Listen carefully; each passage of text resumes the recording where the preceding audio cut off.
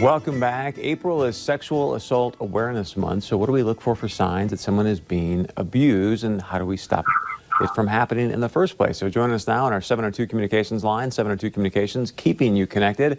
It's one of our favorites, Jessica Schindeldecker with the Fargo PD. Happy Friday, Jessica. How are you?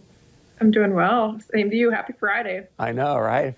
Feels so good. What's not so good is obviously situations happening with sexual assault in our community.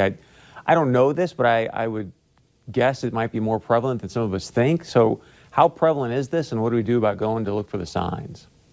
So it definitely does happen in our community. And unfortunately, looking back at some of the numbers from our past annual reports is each year, looking back even to back for the last 5 years, we've seen a continual increase about 10 to 15% a year.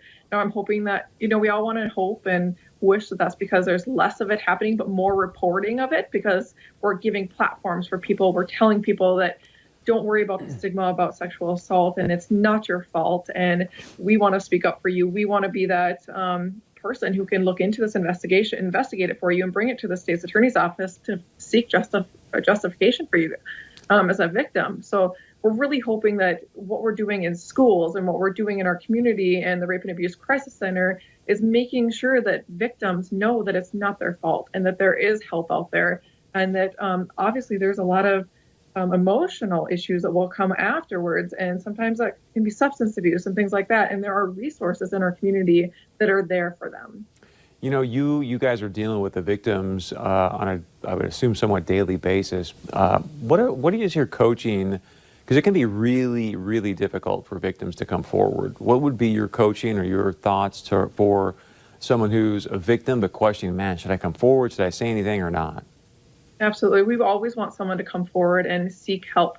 And whether that's right away, which is going to be more beneficial because then we can get you to the hospital and there's a sane nurse, and there's a procedure that's in place to make sure that that victim feels comfortable and that they're being helped and that we're meeting their needs in multiple ways, because it's not just that police officer coming and having to take that report and ask those hard questions, but it's also they have to deal with a lot of things that are coming afterwards. So in the judicial process, and maybe it's some sort of high profile thing, or it happens to you, but it's not only happening to you from that person, that suspect, it's happening to multiple. Then the media picks it up. And there's a lot of things that I feel like victims don't want to have to deal with. So they just think it's easier to not report it.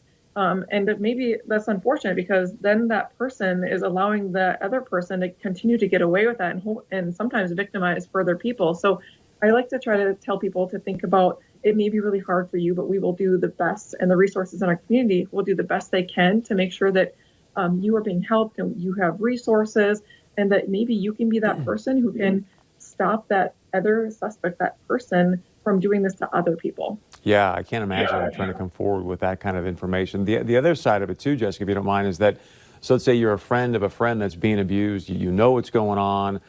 Sometimes people are like, hey, look, that's not my business. I mean, what are your suggestions to somebody that sees it happening but yet is also reticent about saying anything? I think it's really important to make sure that, just like we talk with speaking up for people who are in domestic violence situations, child abuse, we talked about it on Monday about child abuse being a voice for somebody. Now, we're not asking you to come and report that to the police, because oftentimes what's really hard, same within domestic violence situations, is we need the cooperation of that victim in order to be able to get the information and to be able to go forward down in the judicial process to make sure that the person is held accountable who is committing these crimes. But it's important to make sure that you're being there as a supportive individual and encouraging them to talk to us and to kind of speak up as soon as possible when you can, but always just be there. And it's a very emotional thing, and oftentimes victims feel like it's their fault, or that they may have done something to cause this to be a victim, the cause of being a victim. So we really need to encourage them to speak up, speak out, and just let them know that they might be the reason that somebody else might not be a victim. And that could be something that could be very fulfilling for them. Jess, I got 30 seconds left. If people want to call and ask questions or report something, how do they go about doing that?